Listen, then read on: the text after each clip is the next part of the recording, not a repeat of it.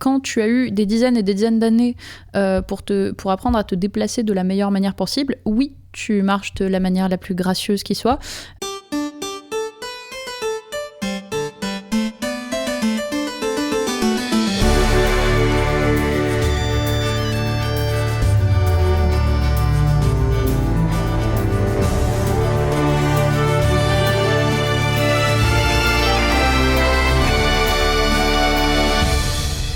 Salut à tous et bienvenue sur HRP, un podcast fait pour les génistes et par des génistes. Nous sommes en janvier quand nous enregistrons cet épisode, donc si nous ne sommes pas des brels et qu'il sera temps, je vous souhaite à tous une très bonne année 2023, riche en GN, avec plein de moments forts et surtout du stuff bien pimp. Et si l'épisode sort en février, je peux vous dire que le mot orge en sumérien se prononce Sheh.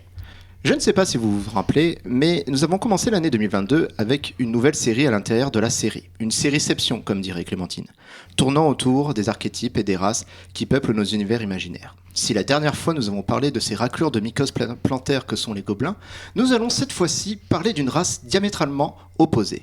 Incarnant la grâce, le mystère et l'éternité, vous avez bien compris, nous allons parler des elfes. Ces êtres élégants aux oreilles pointues qui dit merde aux principes de gravité et de précision. Et pour ce faire, nous avons réuni une belle compagnie de passionnés qui ont des choses à dire sur cette race en GN. Et Clémentine, qui est aussi à l'aise sur ce sujet que moi dans un épisode sur le romanesque. C'est pas vrai, j'ai plein de choses à dire. Tous ensemble, nous commençons par définir ce qu'est un elfe, avant de parler de comment on le joue, et enfin nous parlerons des préférences de nos invités sur ce sujet. Mais avant de nous lancer dans le monde des lambasses et des cheveux peignés, laissez-moi vous présenter nos invités. En plus, nous avons la chance de recevoir des nouvelles têtes, et cela nous fait extrêmement plaisir. Elle fait du GN depuis 11 ans, elle fait partie de ces joueuses surinvesties qui aiment vivre leur GN à fond. Création de costumes, chant, elle donne le meilleur d'elle-même pour incarner ses personnages. De plus, elle a un avantage non négligeable en tant que joueuse, elle est championne de la sieste dans les endroits improbables. Namarié Mélonine Lux. Oui, ça veut dire bonjour en elfe tolkien et je l'ai sûrement mal prononcé, et si vous n'êtes pas content, je m'en moque. Bonjour. Il fait du GN depuis 12 ans. Il a été orga PNJ sur le premier opus de Totem. Passionné et aventureux, il aime le dessin et les arts en général. Mais s'il y a bien un truc qu'il adore, par-dessus tout, c'est de mettre des choses sur la tête. Et quoi de mieux que le GN pour assouvir ce genre de fantasme? Namarié Mélonine, Mehdi. Bonjour. Et le dernier, il est un peu biclassé elfe, gobelin. Il est un peu récurrent, surtout un petit cubulard. C'est notre ami Joachim qui est venu parce qu'il joue aussi elfe. Oui, et j'aime bien ça en plus. Namarié Mélonine, à toi Joachim. Et enfin, pour finir, ma co-animatrice de toujours, l'éternelle Clémentine, Namarié Mélonine, Clémentine. Salut. Et j'ai oublié de dire quelque chose d'extrêmement important. Lux, c'est quoi ta street crédibilité en tant qu'elfe? Alors, combien de fois j'ai joué elfe? Ça va être sur... Alors, Dracarys depuis le début. Donc, on est à la hauteur de 4 opus en tout. D'accord. Il y a, alors je compte également donc l'expérience d'elfe sur le GN Totem, premier opus qui a eu lieu donc en septembre. Je réfléchis. Il me semble que strictement au sens elfe, c'est mes seules expériences. Par contre, jouer des non-humains et des trucs qui se rapprochent de ce qu'on a comme notion d'elfe, on en avait parlé avec Clémentine, c'est quelque chose que j'ai déjà fait. Donc je pense qu'on est sur 5 GN en tout en tant qu'elfe. Ouais. Dont 4 avec un personnage récurrent. D'accord. Et sur encore d'autres jeux avec d'autres types de persos qui s'en rapprochent, des dryades, des esprits, des merdouilles. D'accord. Voilà. Ok. Mehdi. Et toi, ta street cred d'elfe? Alors, difficile à compter, mais je dirais que sur plus que 10 GN, j'ai joué elfe, et sur au moins 6 différents. Ok. Vraiment en tant que elfe différent.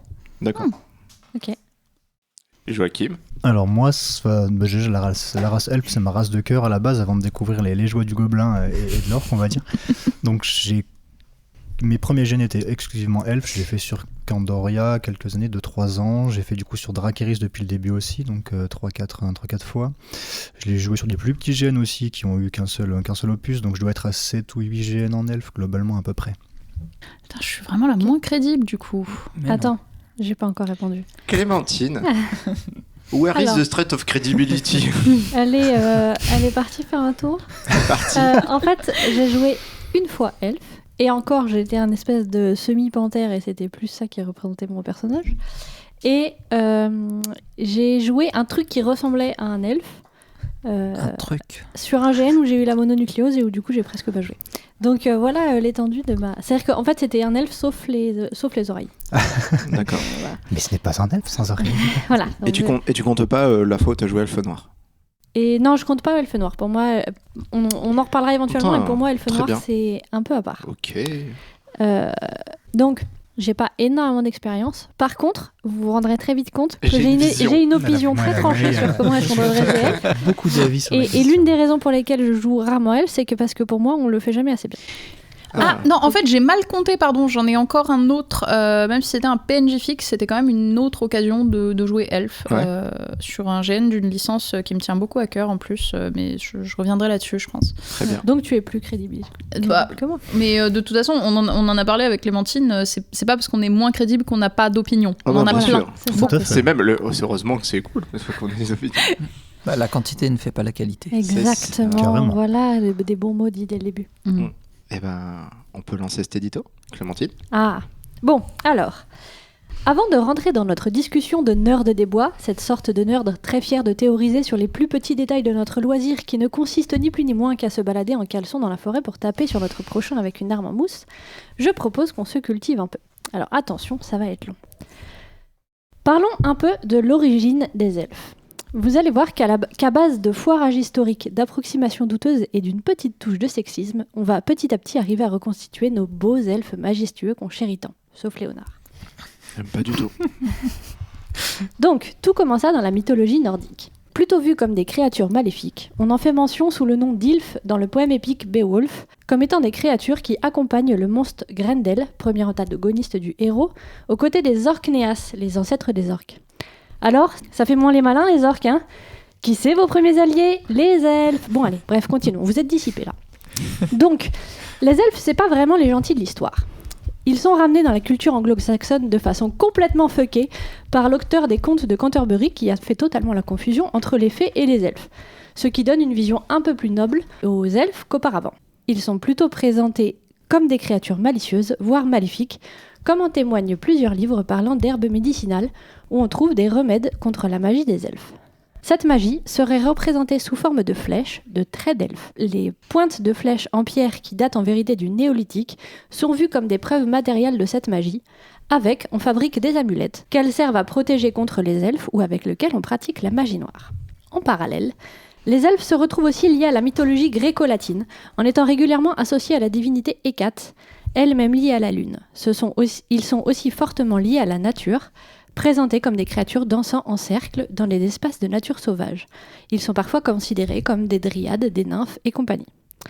Un bon bloubi-boulga de sexisme religieux plus tard, les elfes se présentent comme des créatures exclusivement féminines et dirigées par une reine, associées à la beauté et à la sexualité.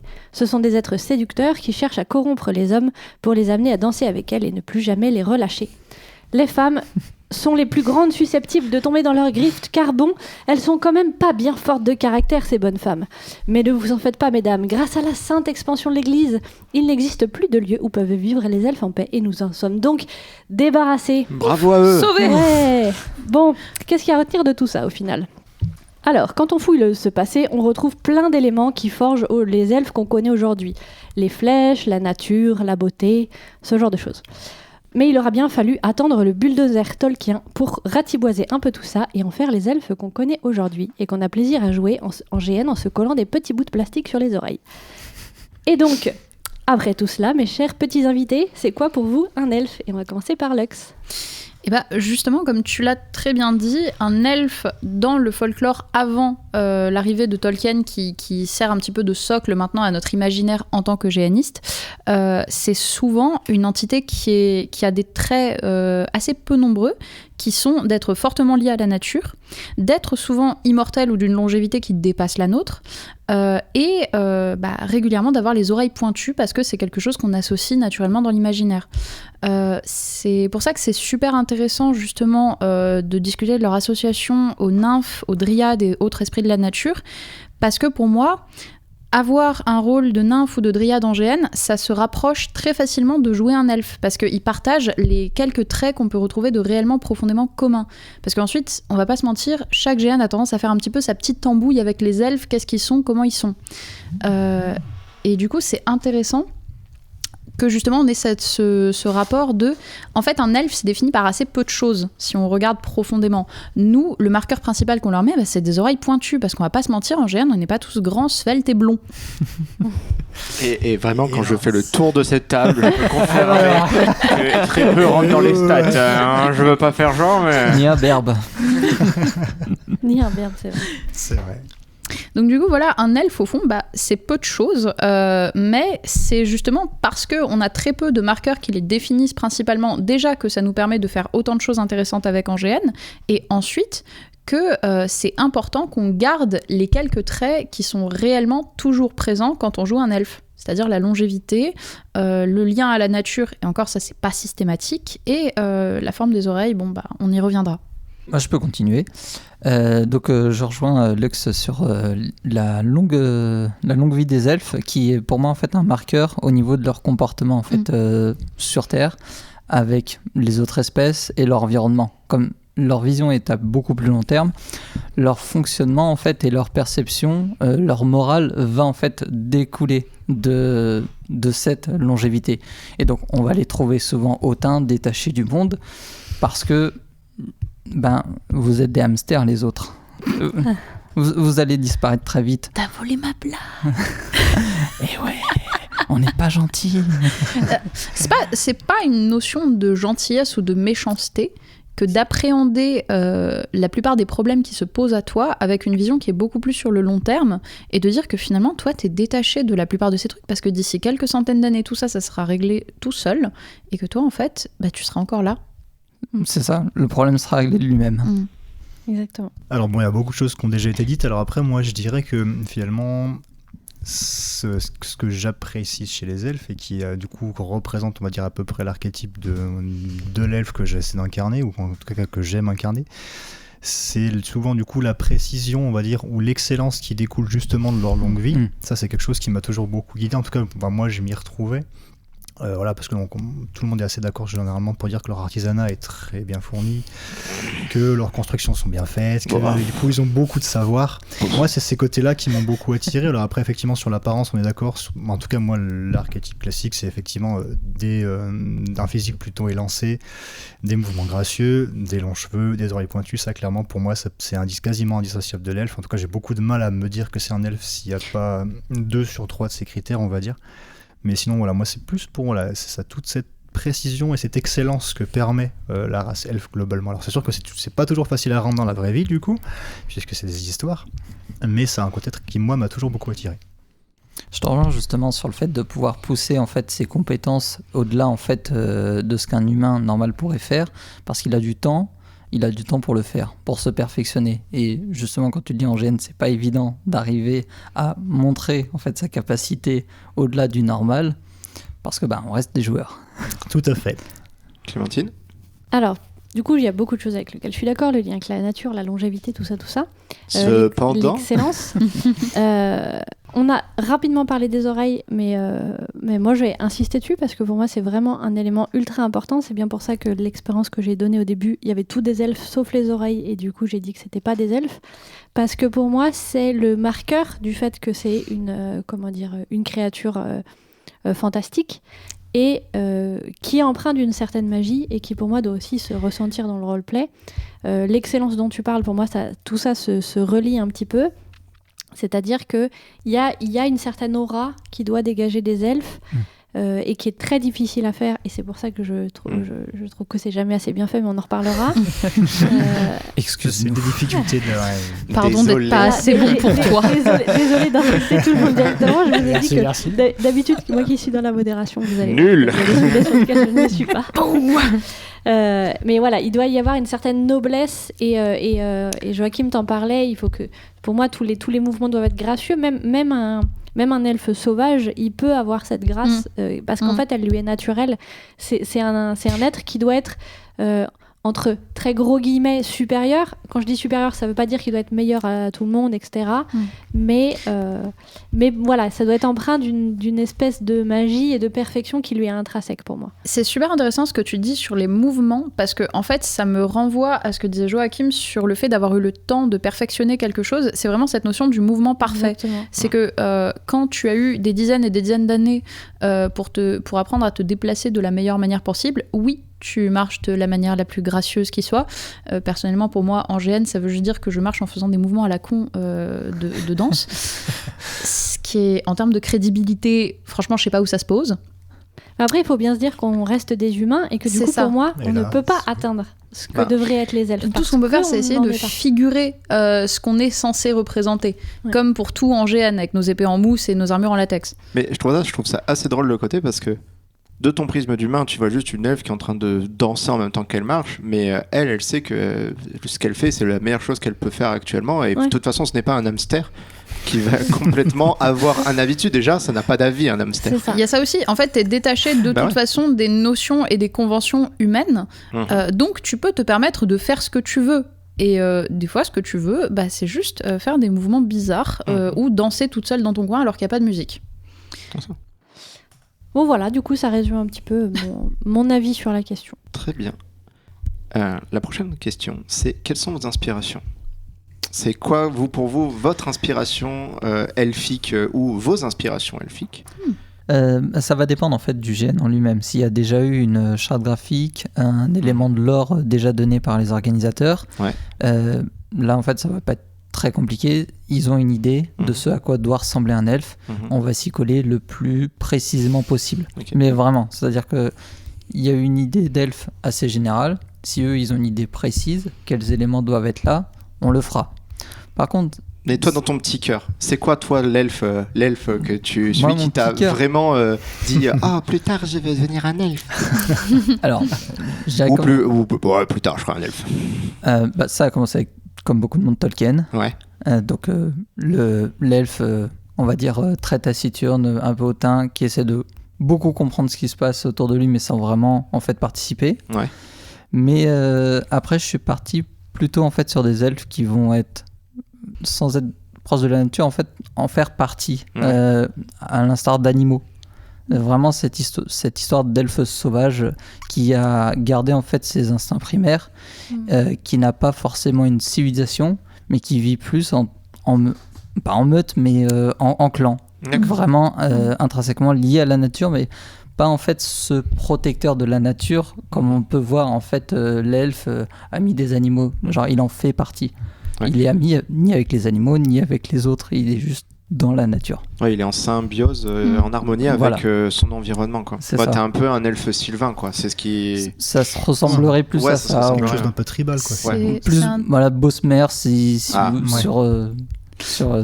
Elder Scrolls. C'est un truc très intéressant parce que c'est un truc qu'on retrouve pas mal sur le GN Totem chez les elfes, où ils sont naturellement tous liés à la nature juste d'une manière différente, parce que tu as 3 peuples elfes, l'un qui est lié au sable et au désert, qui sont les souffles dunes, l'un qui est lié à la forêt, qui sont les ronces-lames, et l'un qui est lié littéralement au monde animal, et qui sont les fauves-cœurs. Moi personnellement, mon expérience ça a été de jouer fauve-cœur et ça peut amener des trucs très intéressants, mais il faut vraiment commit au truc et accepter que des fois tu vas te rouler par terre en faisant des grognements bizarres et c'est pas simple. Et donc toi, ta source d'inspiration d'elfe, celle avant de faire du GN, celle qui... Je vais pas être originale et je vais dire que oui, quand j'ai eu 10 ans, j'ai vu Le Seigneur des Anneaux et j'ai fait « Je veux être comme ça !» Et après, j'ai compris que franchement, faire du GN en robe, mais c'est chiant, c'est infernal. Et en fait, du coup, la seconde licence qui m'a le plus marquée au niveau des inspirations que j'ai vraiment aimées pour les elfes, ça a été la licence Dragon Age, où je trouve qu'il y a des trucs très, très intéressants qui sont faits avec eux. Je sais pas qui autour de cette table est vraiment familier avec...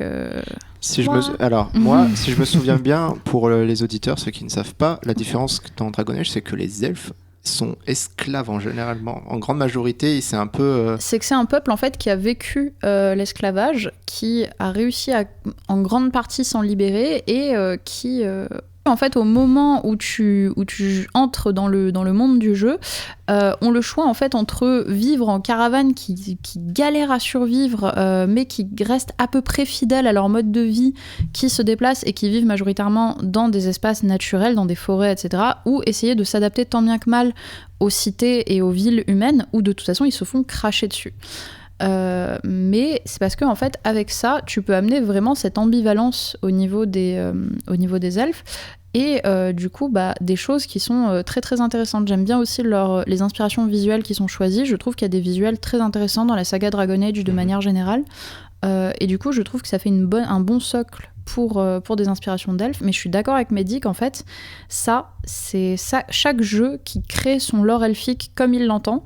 Et moi, en tant que joueuse, ce que je vais essayer de faire, ça va surtout être d'y coller au plus possible en trouvant mon fun dedans.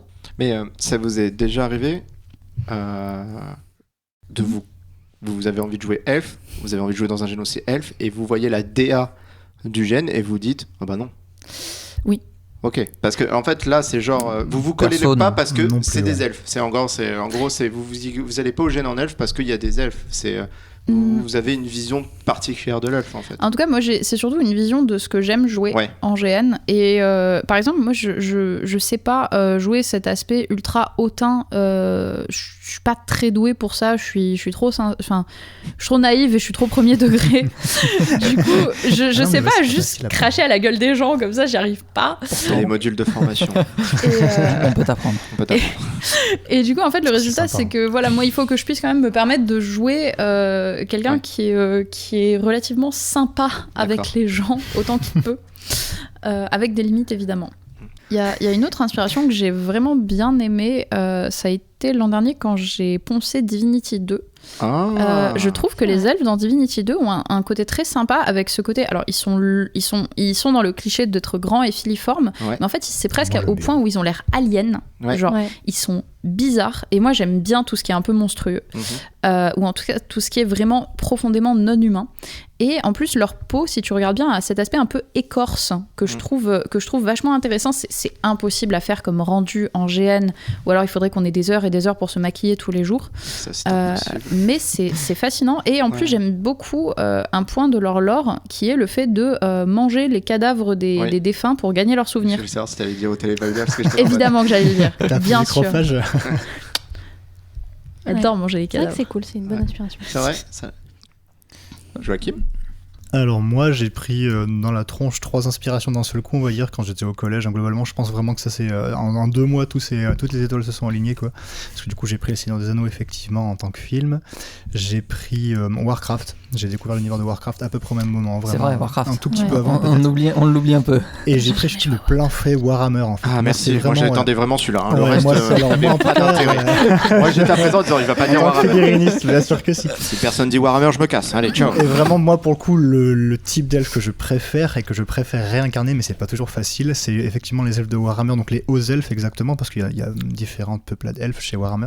Moi c'est les hauts elfes que j'ai pris en pleine face et que j'ai essayé de mimer, on va dire, pendant très longtemps, parce que j'apprécie leur costume, j'aime beaucoup cet aspect extrêmement organisé et très martial aussi de leur société, mais le problème c'est que ça en GN à faire, c'est pas forcément très drôle pour tout le monde. C'est pas marrant d'être organisé. Ouais, parce qu'en fait tout le monde veut faire sa petite popote, alors que les hauts elfes de Warhammer voudraient que tout le monde ait typiquement que tous les artisans aient le même costume, que tous les prêtres aient exactement le même costume, que les soldats aient le même costume, voilà. Donc ça demanderait vraiment une très grosse organisation.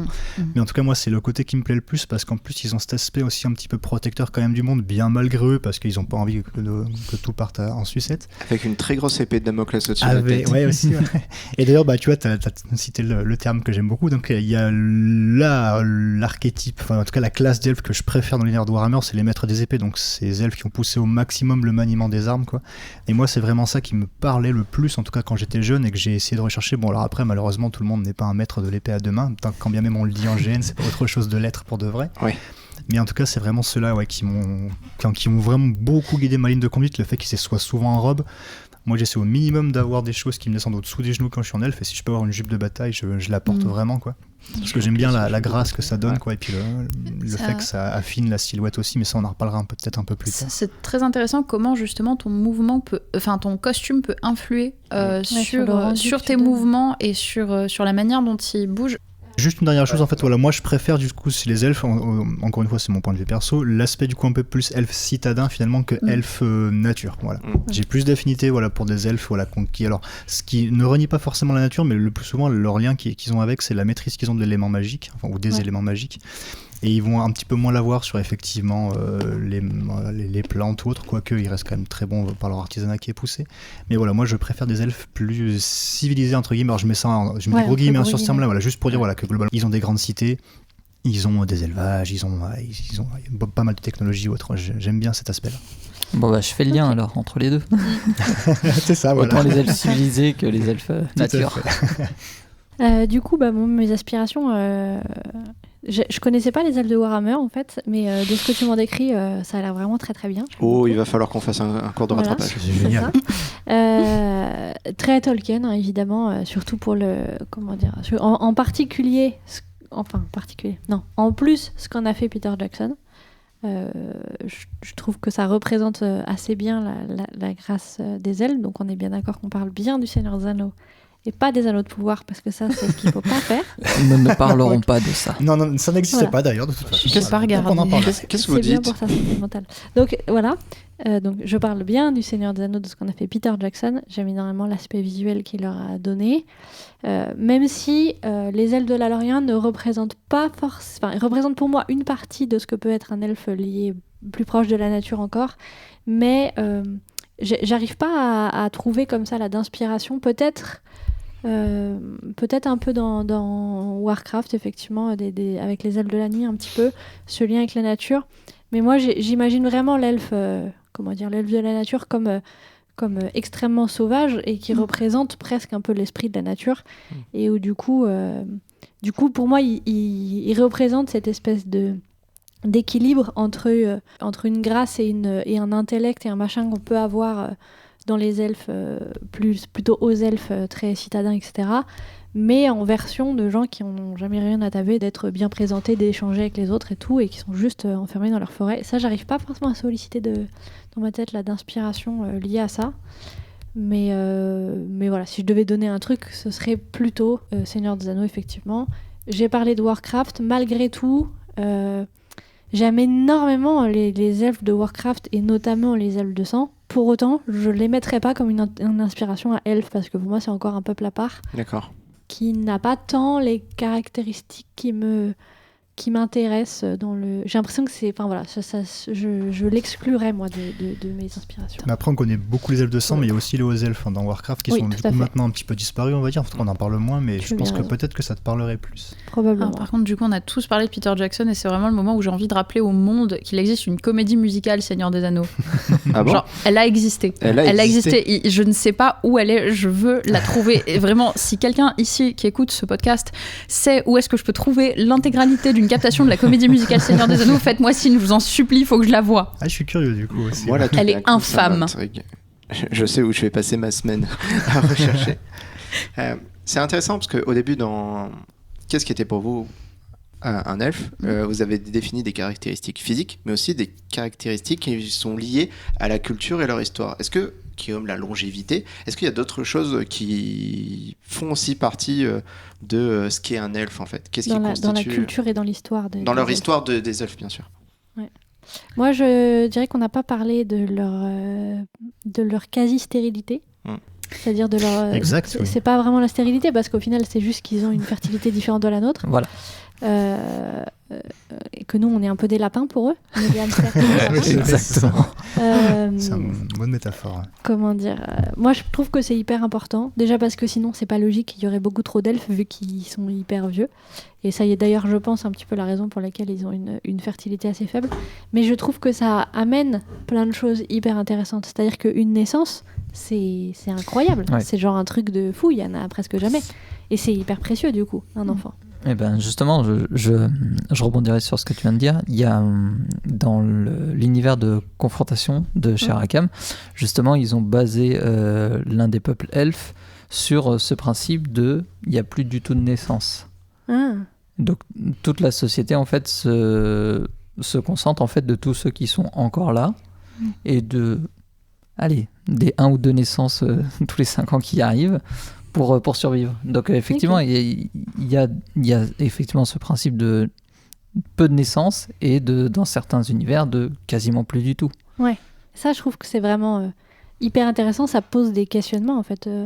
Et des axes d'intrigue qui sont ouais, puis ça donne un super, aspect quoi. grave à la race de base déjà qui du coup la sert aussi parce que finalement ça rentre un petit peu en adéquation avec toutes les autres caractéristiques qu'on a pu citer, je trouve. Ça nourrit aussi beaucoup ce qu'on voit comme souvent un lien à la nature et un lien primal, qui est ce côté la vie est précieuse. Nous, on vit très longtemps, mais on a conscience que on va pas gâcher nos longues existences et notre peuple dans des conflits inutiles et des trucs comme ça. C'est pour ça qu'on se retrouve souvent avec des elfes en fait qui se tiennent pas mal en dehors des conflits, qui se mettent en tant que spectateurs et qui disent oui mais d'accord mais en fait d'ici quelques dizaines d'années vous avez fini de toute façon. Ouais, donc je vais pas risquer de perdre des vies. C'est ça. Je tenterais même un parallèle audacieux avec la race dans Stargate des Asgard. Ouais, c'est pas stupide. Ouais, Le c'est principe vrai. même en fait de cette race très très avancée par rapport aux autres, qui se tient en dehors des conflits, mais qui intervient de temps en temps parce qu'ils sentent que c'est un peu comme leur devoir parce qu'ils en ont la capacité, mais qui sont eux-mêmes en fait très en difficulté de leur côté. Joachim, quelque chose à rajouter? Non, du coup, effectivement, cette espèce d'aspect là, donc de temps en temps, ils viennent donner un petit coup de main, soit à l'un, soit à l'autre des parties. Hein. On le retrouve aussi du coup dans Warhammer 40 000. Les Eldar le font beaucoup, donc ils sont les elfes du futur. C'est pas rare qu'ils viennent filer un petit coup de main.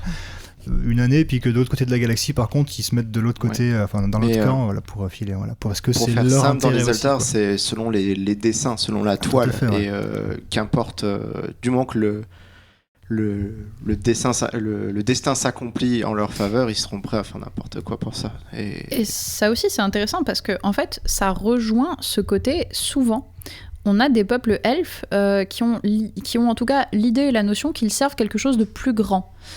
Ils sont pas liés profondément aux conflits terrestres, type des guerres, des problèmes de succession, des trucs comme ça, parce que eux, souvent, en fait, ils ont un but qui est plus élevé que ça.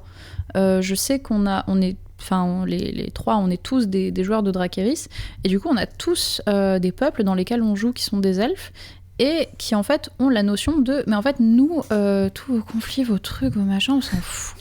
On sert des choses qui nous dépassent et qui vous dépassent, et de ce fait en fait il y a beaucoup cette notion là. Souvent un elfe c'est lié à quelque chose de plus grand et de plus puissant, que ça soit dans le folklore où c'est une créature qui est profondément liée à la nature et à tout ce qu'elle représente, ou dans justement des propriétés intellectuelles différentes type Warhammer où t'as des Eldar qui servent le destin, ou même en fait du coup dans des jeux que nous on joue où en fait on sert des trucs qui nous dépassent. C'est pour ça qu'on nous dit hautain. Ouais, je pense il y a ce côté-là, il y a que en fait eux ils voient des trucs qui les dépassent. Et les humains à côté c'est des lapins, évidemment les trucs ça les dépasse encore plus, tu vois. Donc sur nous ça ne viendrait pas à l'idée d'aller expliquer à notre chat ce qu'il faut, et pourtant notre chat il comprend des trucs, tu vois bien, mais tu vas pas essayer de lui expliquer. Alors tu vois Minou, ça c'est une feuille d'impôt. Voilà, c'est ça. Très bien humain, mais laisse-moi me lécher comme j'ai l'habitude de le faire. Enfin, ça n'a aucun sens. Les humains c'est des chats qui se lèchent le fondement. Oui, pour C'est les ça, elfes, on peut avoir beaucoup d'affection pour eux, on voit bien qu'ils comprennent 2-3 trucs de temps en temps. Exactement. C'est rigolo de jouer avec eux, mais bon, il y a un moment, faut pas se faire sérieuse, quoi.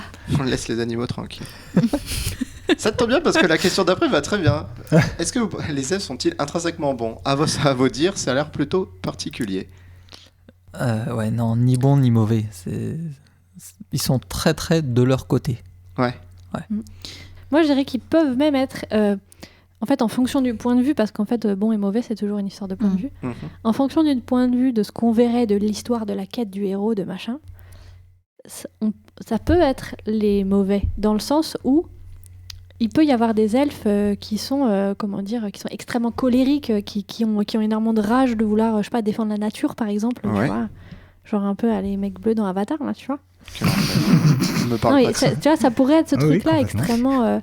parce que par contre, si ça les dépasse, ils savent bien que genre, la nature, ça les dépasse, et que les trucs qui détruisent la nature, Voilà. Et du coup, ça peut en faire des antagonistes de ouf en vrai, parce qu'en fait, les humains, ça détruit la nature, hein, il faut quand Tout même à le dire. fait. C'est super intéressant parce que en effet, les elfes, déjà je pars du principe que tu peux jamais assigner bon ou mauvais de base à une race fantastique. Je sais que c'est un système dont certains jeux de rôle très connus se détachent aussi doucement, et c'est bien. Et en fait, c'est très intéressant parce qu'en effet, du coup, un elfe peut être vraiment impitoyable si c'est pour en tout cas protéger ce qu'il estime être plus grand que juste une vie humaine. Et ça, c'est un truc qui est très intéressant à amener en jeu parce qu'en effet, bah oui, quand tu vis des centaines d'années et que tu sers un truc qui est immense et qui te dépasse complètement, une vie humaine, c'est rien par rapport à ton but. Alors, je suis peut-être un petit peu plus mesuré, parce que moi je pense que de base, un elfe a quand même plus de chances, on va dire, de te tendre la main et de t'aider, ou en tout cas de pas te tuer tout de suite, que beaucoup d'autres races dans des univers fantastiques globalement. Enfin, en tout cas, moi, si j'étais un aventurier purement classique, voilà, et que je jouais des elfes, j'aurais potentiellement moins peur. Alors, ça va dépendre de l'univers, vous me dites aussi, hein, mais de manière globale, quand même, j'aurais moins peur de croiser une troupe d'elfes que de croiser un groupe d'orques ou de gobelins, parce qu'en disant qu'avec les orques et des gobelins, je sais très bien que je vais y passer, qu'il faut que je cours très vite. Avec des elfes, dans la plupart des univers, en tout cas, on a quand même plus de chances de pouvoir dialoguer un petit peu et qui nous filent un petit coup de patte. Bien sûr. Donc je pense qu'ils sont quand même un petit peu plus souvent neutres, voire neutres bons, plutôt que mauvais. Mais c'est vrai que par contre, l'aspect impitoyable, parce que qui a déjà été cité, hein, sur le fait de tu ne représentes pas grand-chose et si je dois te sacrifier, toi petit humain, pour sauver la déesse mère, je n'hésiterai pas une seule seconde. Ça, c'est vrai que cet aspect, il est présent dans énormément de choses. Quoique dans l'univers de Warhammer, les elfes quand même se sacrifient quand même très souvent, je trouve, pour sauver tout ce bazar. Dans Warhammer Battle, hein, je parle. C'est Plutôt que de dire, bon, de toute façon, ils vont se débrouiller, quoi. ouais, c'est de toute façon avec tout ce qui est dieu chaotique, ils sont un petit peu obligés. C'est vrai, généralement. c'est vrai. Voilà, mais je trouve qu'ils ont quand même cet aspect-là qui est assez intéressant, je trouve. Et du coup, dites-moi si je me trompe, mais j'ai l'impression que sur le spectre, elfes citadins aux elfes machin et elfes sylvains, la nature, j'ai l'impression que les elfes citadins ont peut-être plus tendance à être bons et à aider les autres, là où les elfes plus proches de la nature vont être mauvais ou au moins impitoyables, quoi. Je pense, ça me paraît logique. D'ailleurs, on a un assez bon exemple dans Le Seigneur des Anneaux, le film, parce que finalement, Foncombe, qui sont plus catégorifiés généralement comme des hauts elfes, aident quand même plutôt bien la communauté, alors que les premiers rapports avec les elfes de Mirkwood. De Mirkwood, effectivement, sont quand même beaucoup plus rugueux et ils sont quand même plus catégorisés comme des elfes sylvains. Donc c'est vrai que généralement, on a vu que les hauts elfes sont plus commerce aussi, ou un peu plus ouverts en tout cas à ce genre d'échange, alors que les elfes purement primo, en tout cas dans des forêts, sont quand même plus renfermés, donc beaucoup plus susceptibles d'attaquer ou d'être belliqueux. Okay. C'est intéressant parce que je pense qu'en effet, c'est moins une question d'avoir plus de facilité à dialoguer avec les humains que d'avoir plus de facilité à comprendre leurs enjeux, parce que plus tu passes du temps plus tu passes du temps avec des personnes différentes de toi, et plus tu comprends leur point de vue, plus tu es à même d'écouter et de comprendre leurs priorités. Et en fait, plus en tant qu'elfe, tu passes du temps avec des humains, et plus tu te rends compte que c'est des hamsters, mais c'est quand même des hamsters qui ont des problèmes, et qui ont des petites vies comme ça, et puis il faut les aider des fois. Alors que plus tu es isolé et refermé sur toi-même, et plus en fait les problèmes des autres, au fond, tu t'en fous, c'est pas les tiens. On dirait un peu les nains, ça fait. En fait, non. Moi, ce que je trouve assez drôle, c'est que, tu vois, par exemple, pour moi, les hauts elfes citadins, pour moi, c'est plutôt des elfes, comme tu as très bien dit, Joachim. Et moi, les elfes sylvains, c'est pas des elfes qui sont mauvais, c'est des elfes qui défendent des choses qui, pour un humain, n'a pas d'intérêt, en fait. Un arbre est un putain d'arbre, je vois pas pourquoi tout d'un coup on me flécherait pour ça. Ce qui est drôle, c'est que, pour moi, il y a des elfes sombres, il y a des elfes noirs, des elfes qui sont sadiques. Oui. Et les elfes noirs, les drôs, toute cette peuplade d'elfes qui, eux, ont décidé que de toute façon, ils ont l'éternité pour devenir les pires des horreurs. Pourquoi se gêner, quoi? Et qui sont relativement mauvais, dans le fond. Et justement, du coup, ce qui fait que moi, je considère les elfes noirs comme différents des elfes. Pour moi, c'est pas la même chose du tout, parce qu'ils ont des fonctionnements qui sont tellement différents, des problématiques et des inspirations aussi, qui sont tellement différentes, que moi, personnellement, pour moi, c'est encore une race à part, quoi. Mais tu vois, là, moi, la question, c'est t'as l'éternité devant toi, qu'est-ce que ça ferait c'est de torturer le petit hamster, en vrai. C'est Ah, qu'un mais- hamster. Ouais, tu Parce pourrais. qu'au final, pour moi, c'est le même chemin, juste à un moment où soit tu tiens les responsabilités d'être un être éternel avec tout ce que ça apporte, et à un moment, t'as eu hop, j'ai dérivé, j'ai glissé, chef. Et c'est marrant parce qu'en fait, ça revient au côté très folklorique des elfes qu'on a, du coup, qui ont été introduits en étant confondus avec les fées et qu'on voyait comme des créatures qui étaient. C'est intéressant parce qu'en fait, c'est toute cette évolution du folklore féerique qu'on a eu notamment, en fait, beaucoup en Europe et beaucoup en Grande-Bretagne, qui était au départ dans le folklore, les fées, c'est des connasses. Elles te volent ton enfant, elles le remplacent par un changelin, elles vont te tuer en te forçant à danser si elles en ont envie, juste parce qu'elles n'ont rien de mieux à faire. Et que ça les amuse. Et qu'ensuite, en Ouais, fait, c'est des les petites fées pestes, sont les fées, devenues hein. les fées sont devenues du coup ces jolies petites créatures qui vivent dans des fleurs et qui dansent en ronde autour d'un cercle de champignons. Et en fait, c'est intéressant parce que du coup, on a aussi cette dichotomie entre les elfes noirs qui sont prêts à te chlasser juste parce qu'ils s'ennuient Pour et le plaisir. nos elfes classiques, entre guillemets, qui viennent en deux goûts, donc forêt et ville, et qui du coup, eux, sont... Les elfes bigous, ça me C'est exactement. Et qui, eux, en fait, vont du coup potentiellement être beaucoup plus amicaux ou en tout cas beaucoup plus sympathiques avec toi. Et en fait, du coup, c'est rigolo parce qu'on retrouve vraiment ce côté, cette dichotomie, cette évolution du folklore qu'on a eu aussi dans un imaginaire collectif, on va Ça. dire, autant que ça peut exister. Il existe dans la culture pop et geek et autres pleines variantes d'elfes. Vous en pensez quoi de tout ça? Quand il y a des nouveaux peuples d'elfes, nouvelles créations d'elfes, est-ce que vous pensez que ça détériore un peu l'esprit le lore de la race, ou en fait vous vous en moquez, c'est une nouvelle race d'elfes et c'est cool? Voilà. Ok. Moi, j'aime bien voir des elfes, on va dire, popper dans des univers différents de ceux dans lesquels je les connais. Typiquement, voilà, un elfe qui pop dans un univers steampunk, je trouve ça assez cool. Ça me permet, potentiellement de me motiver pour des nouveaux rôles, ou de me dire, ça va, tiens, il y a aussi cet aspect, puis je m'attends quand même toujours à retrouver un petit peu de ce que je définis comme étant l'essence des elfes, Ouais. ce dont on a parlé tout avant, mais voir du coup comment ça va être utilisé dans cet univers-là. Donc ça peut être très intéressant. Moi, je suis assez preneur, hein. Généralement, voilà, quand je vois quelque chose qui ressemble à un elfe ou qui est carrément étiqueté comme étant un elfe, voilà, dans un univers autre que le Medfan, on va dire, classique, ou même d'ailleurs dans un nouvel univers Medfan mais différent de ce dont on a l'habitude, généralement je suis assez bon client et je vais voir un petit peu si j'ai pas des inspirations à choper. Des fois je me découvre une passion du coup là pour un nouveau type d'elfe, on va dire, qui peut avoir du coup là d'autres enjeux que ceux auxquels on est habitué. Peut-être que d'ailleurs ils auront plus du tout ce rapport à la nature, au contraire ils seront totalement revenus. Donc moi je suis toujours très, très ouvert là-dessus, globalement. Moi, en fait, je suis surtout contente quand on a quelque chose de différent de l'imaginaire Tolkien, parce que je trouve que dans le monde du GN, en Medfan, parce que c'est le truc dans lequel on voit le plus d'elfes, même si c'est cool de les voir dans d'autres settings, je trouve que dans le monde du GN, en Medfan, on a tendance à beaucoup recycler du Tolkien. C'est la facilité. C'est vraiment la solution de facilité. C'est aussi ce que les gens attendent peut-être. Ouais, aussi. Et genre, partie, je donc, comprends, Tolkien c'est doudou, c'est cool, c'est confort. En fait, non, Tolkien, le Medfan à la Tolkien, c'est une paire de pantoufles. C'est toujours les mêmes, mais c'est super confortable. c'est une bonne Du coup, tu, métaphore aussi. tu te remets dans un truc que tu connais bien, t'es à l'aise, t'as déjà ton costume.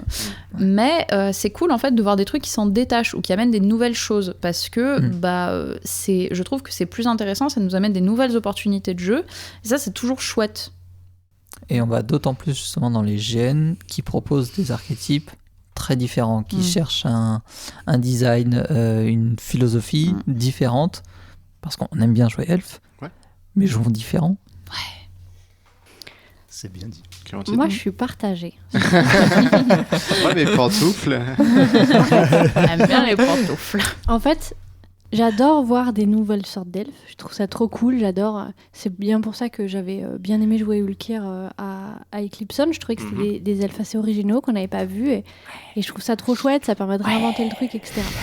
Cependant, je trouve qu'à force, on perd ce qui, pour moi, est important des elfes, c'est-à-dire cette espèce de perfection, cette espèce de, de supériorité, de grâce et de magie naturelle, etc.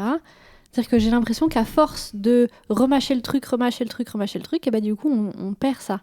Et du coup, je crois que j'aimerais mieux qu'il y ait moins d'elfes et que les elfes soient mieux faits. Pour autant, c'est là où je dis que je suis partagée. Non, C'est c'est que bien dit. pour autant, mais après avoir démonté le premier propos que j'ai démonté, je vais redonner un propos. C'est que il faut quand même dire les choses. On est trop cute avec des petites oreilles d'elfe. C'est trop chouette de jouer elfe, ne serait-ce que pour ça. Et du coup, c'est vrai que c'est un peu ce serait un peu dommage de se priver pour autant, alors que moi, je suis trop contente dès que j'ai l'occasion de mettre des oreilles d'elfe. C'est bien pour ça que quand j'ai des trucs costumés, etc., un coup sur deux, je me déguise en elfe. Mais voilà, du coup, je suis un peu partagée. En fait, tu vois, dans mon monde idéal, il y aurait des mots différents, quoi. On aurait un espèce d'elfe parfait, et puis après, il y aurait un truc qui englobe toutes les revisites. Tu vois, je sais pas. C'est Voilà. qu'elle prend pas la race au sérieux. C'est Ça, un déguisement. Pas tout. Oui, On pardon, dit un des costume de costumes. nain, on dit un déguisement d'elfe. Ça sera Je noté suis dans- la dans la première à session. bâcher les gens qui disent costume, donc je Alors me là, flagellerai 30 fois ce soir. pour 35 s'il te plaît. Ok, j'accepte. Bah ça me va. Tiens, c'est une question. Mais c'est quoi le dernier, on va dire, le dernier peuple elfe ou Lord elfe qui vous a un peu, qui change de votre habitude, qui vous a marqué, qui vous a plu. Vu que Mehdi, t'aimes bien le changement. C'est quoi toi ton clan d'elfe qui a tout d'un coup Justement, c'est Ulkir sur Eclipson. Ouais. Malheureusement qu'une seule fois. Mais intense. Intense, puisque là, c'était des elfes, aztèques, chasseurs d'hommes, adeptes de sacrifice. Oh, sympa. C'était bien. Et protecteurs de la nature, mais à Avant un tout. point extrême. D'accord. C'est cool. Après, il faut dire qu'on était liés aux arbres. Du coup, quand tu cassais un arbre, tu tuais un petit peu une partie de notre âme et on avait mal physiquement. Voilà. littéralement. Donc, du coup, forcément, on n'aimait pas trop ceux qui coupaient les arbres. Ouais. Moi, ça va pas être très récent, hein, mais c'est les Scoliatels.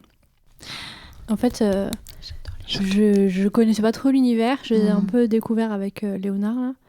Et en fait, je surkiffe les Scoliatels. Ouais. Je Je crois que ça a mis d'accord beaucoup Ils de sont gens. d'une Ça- Ouais. colère, d'une violence et puis d'un style, il faut le dire. Ils sont d'une rancune tellement naine que waouh, on peut Bah, pas c'est- les aimer. Et puis, c'est qui intéressant. n'aime pas la guérilla? C'est intéressant que vous Clairement. en parliez, que vous l'excitiez, parce que j'ai l'impression qu'ils ont vraiment, entre guillemets, déjà converti de nouveaux joueurs à la race d'elfes, parce que beaucoup de gens, du coup, n'aimaient pas ce qu'on a pu citer avant. Le fait d'être toujours bien habillé, d'avoir un port altier, tout ça. Le Scoliatel a cet aspect effectivement beaucoup plus badass, et beaucoup clairement. plus énervé, quoi, Ah. que la plupart des peuples elfes qu'on a pu citer avant. Et moi, en tout cas, typiquement, mon frangin qui aime pas du tout les elfes, si un jour on lui dit joue Scoliatel, il va faire ok. Parce que ça crois va que le Léonard, c'est un motiver. peu Léonard, à mon avis, je sais que c'est un peu pareil. Moi, Donc ça, c'est intéressant, ça a amené Eh ben, vraiment c'est parti. d'autres joueurs sur l'elfe et c'est super sympa du coup. Je pense qu'il y a aussi beaucoup de gens, en fait, c'est pas qu'ils aiment pas les elfes, c'est qu'ils aiment pas l'idée qu'ils se font des elfes. Oui, tout à fait, voilà. Et Ils vont pas que- être prout-prout comme on dit. Ouais. en Voilà. général. Oui, clairement. Tout ce que j'ai décrit que moi je voulais, Ouais, voilà. Et du coup, le Scoliatel permet d'être vachement Ouais. moins comme ça. Mm. je suis d'accord. Et j'aime bien justement cet aspect en colère en fait. Voilà, c'est ça.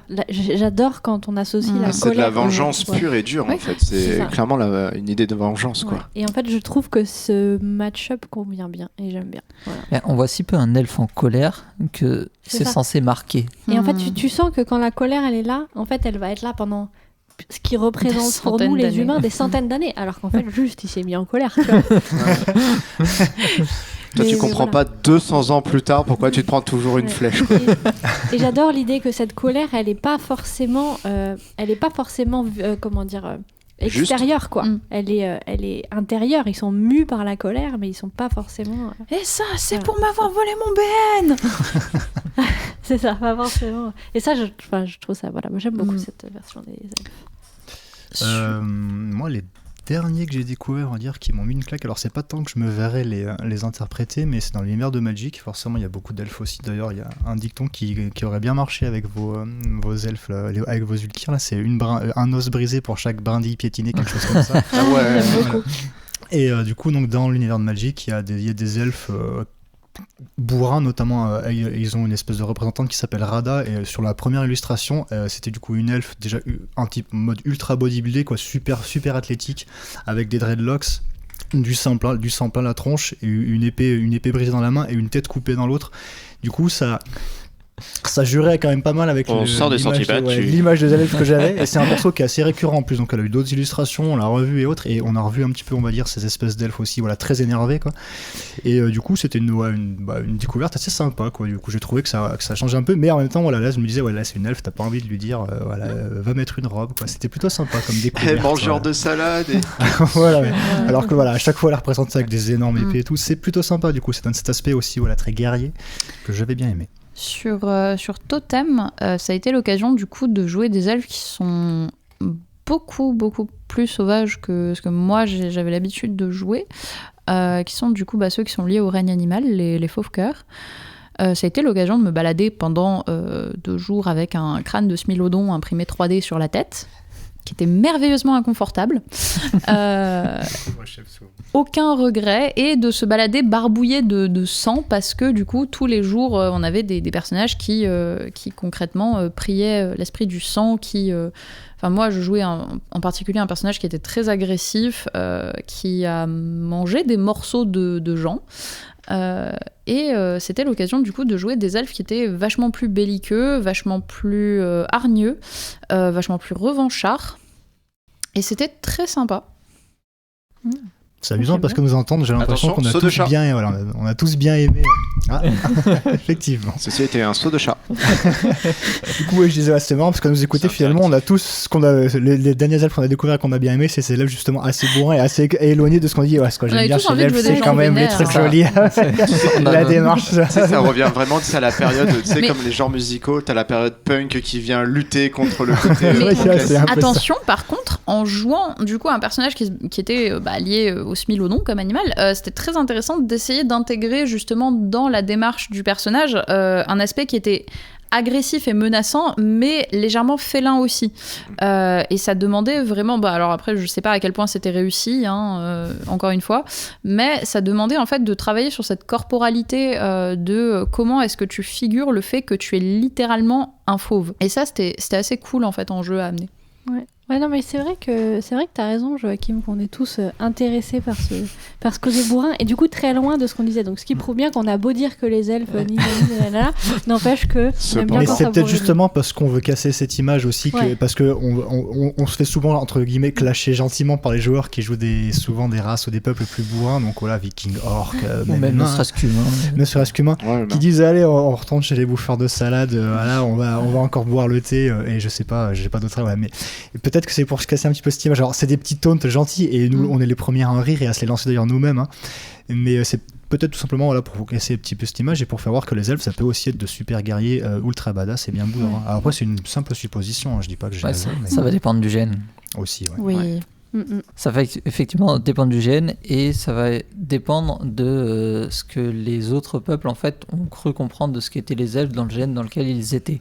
C'est-à-dire qu'il y a, je pense, des fois des joueurs qui ont l'image de l'elfe, ils savent qu'il y a des elfes dans ce gène et ils vont aller les voir comme si c'était des elfes de leur imagination à eux et pas de ceux du gène en lui-même.